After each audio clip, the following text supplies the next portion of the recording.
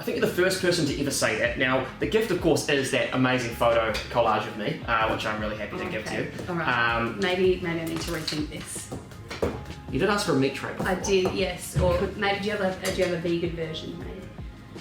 Not that I'm vegan. I just don't want to offend you. You could probably take the photo out of me and eat that. I mean, is paper vegan? No. Where are you going with this, Ben? No, I'm good. I don't have a meat tray for you, nor a photo.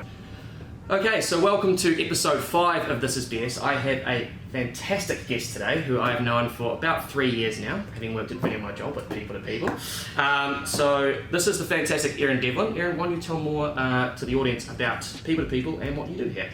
Firstly, thanks Ben, it's nice to see you. So in terms of People2People, we are we've got 14 people in Melbourne and we've got 110 people nationally. So we're a $130 million business, we've got 8 offices and our specialisations are predominantly legal support, accounting, sales marketing, business support and property and logistics as well. Fantastic, all right. And for those of you who may have already seen Erin on my LinkedIn, because Erin in fact had the best video of the year last year for Video My Job, which was pretty darn cool. So that was a good start, so you might recognise her already. So we are now going to move on to the series of BSs. Now, for those who haven't seen this before, our fantastic guest brings in 3 BS arguments about their industry or other parts that affect them, and they also provide solutions. So let's start off. Erin, what is the very first BS that you've got that you would like to discuss today? I think probably the first one is that flexible work is insecure work. So that's a myth that I think we should maybe bust. Okay. So there's been a bit of hype about it last year that it doesn't provide a good solid base for some employees. But and look, that might be true in certain situations, but we know that the majority of the time actually flexible work or temp and contract work provides lots of benefits for the people that are engaged in it. So firstly you get to try out lots of different environments. You get to build a variety of skills across different types of jobs if you wish to. You can accept or decline work as you wish. There can be good flexibility depending on the sort of role. And sometimes you get access to work that basically you may not be able to have access to if you're going for a permanent job. So if you went for that job permanently, they might say, look, no, you need to have more experience with X, Y, Z.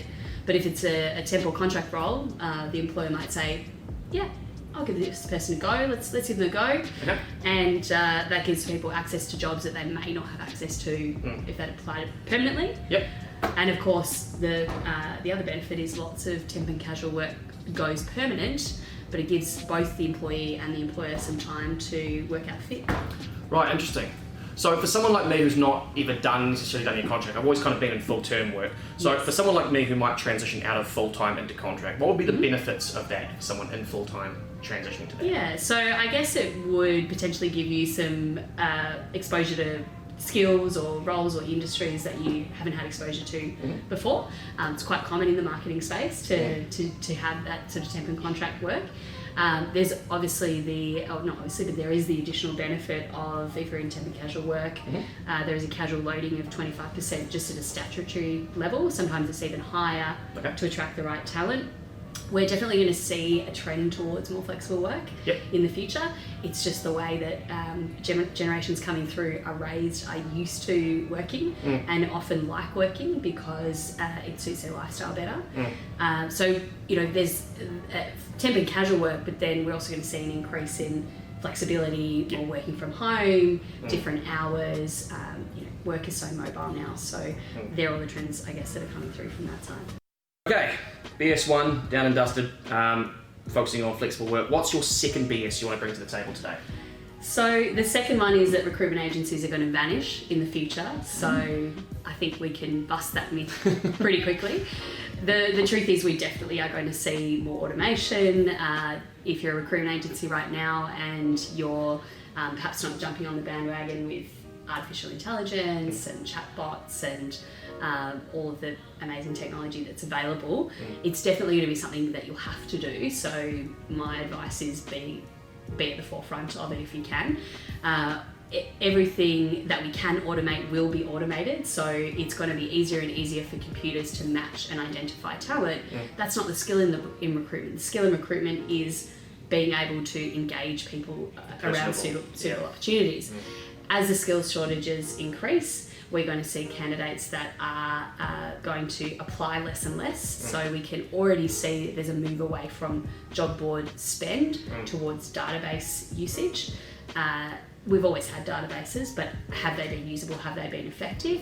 They have to be now, because candidates are applying less and less. They're too busy to apply. Good candidates are in far too much demand. They're used to being approached all the time, so they expect to be approached. And that's the skill of the recruiter, is to be able to pick up the phone, engage someone with an opportunity. That's a human element. It's very hard to replicate with a computer. You can give me all the process-oriented elements of what you want in a job, but can a computer, certainly not right now, but can a computer in the future read between the lines and really understand what you want for your lifestyle, and therefore what is the ideal job that suits you, and then go and find that? That'd be very